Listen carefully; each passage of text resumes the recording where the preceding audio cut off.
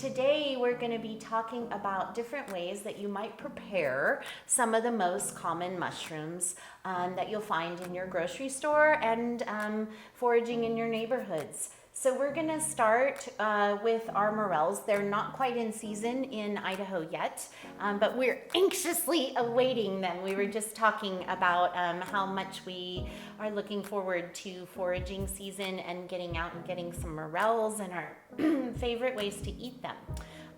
So this is a dehydrated morel. And what would we do to rehydrate that? So typically my favorite way is just throwing it directly in whatever sauce or broth that you're gonna be eating. So I love preparing morels in a deep kind of umami based broth. Michelle makes a great one that's found in our cookbook as well. Yeah, we just love morels and we're very excited for this season. And so you can reconstitute them, which means add the water back in.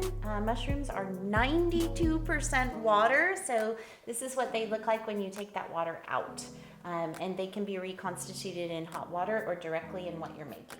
And just a quick note, once you reconstitute mushrooms, if you want the whole mushroom, that's great, but it's best to cut them after they've been rehydrated or reconstituted into whatever shape you want, slivers, cylinders, chunks. So just wait to do that after they're rehydrated. Good point.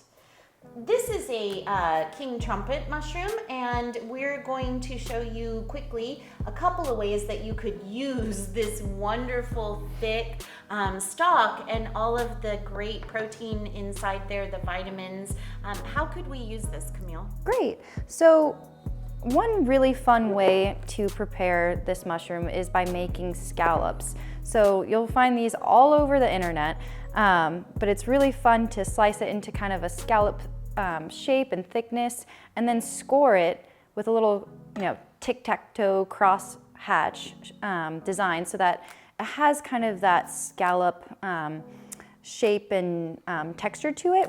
And once you fry it up or sear it, it has that nice little crosshatch mark to it. It even looks like a scallop, and it wasn't necessary for us to deplete the oceans.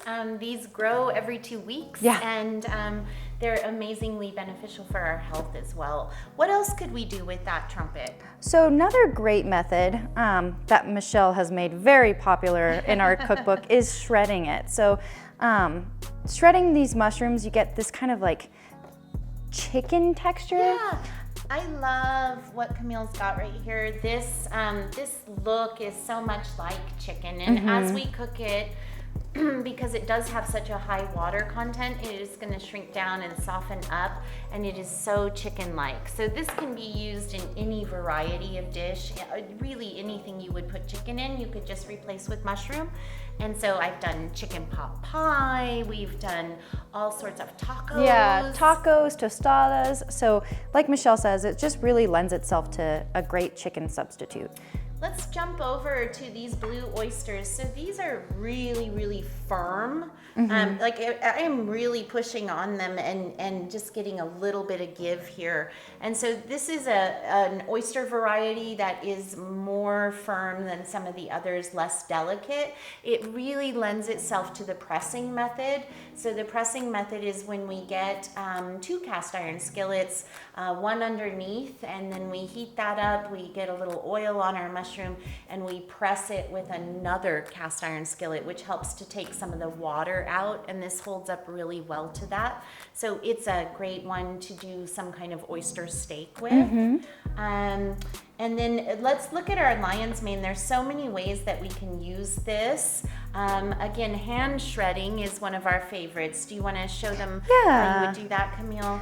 And then another favorite that Camille's going to show you is the lion's mane is so fantastically fibrous that it makes a wonderful fillet. So one of my favorite things to do lately has been cut fillets out of the lion's mane and bread those, and then use them in the air fryer to get a really crispy breaded, kind of delicious chicken fried steak almost. Ooh, yeah. that sounds great. So Camille's showing you kind of how to hand shred these, and it's such a mindful activity. I love hand shredding the mushroom because I just kind of think about what an amazing texture it is, and how beautifully healing it can be, and how delicious. Can you hold that up, Camille, Sure. so they can see?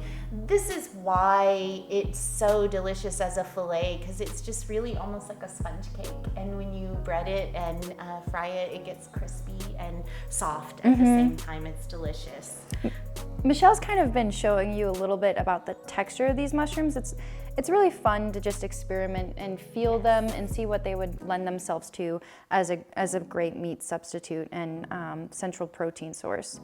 And then last but certainly not least, our personal favorite profile for flavor is the shiitake. We love the shiitake for the glow it gives your skin, but also for the delicious, deep umami flavor that we get. And so we like using this one for broth, especially. Yeah. You want to tell them kind of your cheat for a quick meal? Yeah, sure. That was such a great so idea. I was telling Michelle, one of my lazy dinner days is getting pre-made pho, vegetarian-based pho, and just throwing a ton of shiitake mushrooms into it. And I usually do that just by taking off the stem. You can save the stems for a mushroom broth base later, but just take the caps and nicely slice up your mushrooms into thin little bite sizes, and throw those directly into your pre-made pho, and then you have dinner ready. But it adds an extra kind of layer of umami, health benefits, and just richness and flavor. Absolutely. We just love all of our mushrooms, and we're so excited to take a deeper dive with you and cook some recipes with you, and continue to try to provide easy access to using and working with and consuming all of these wonderful healers.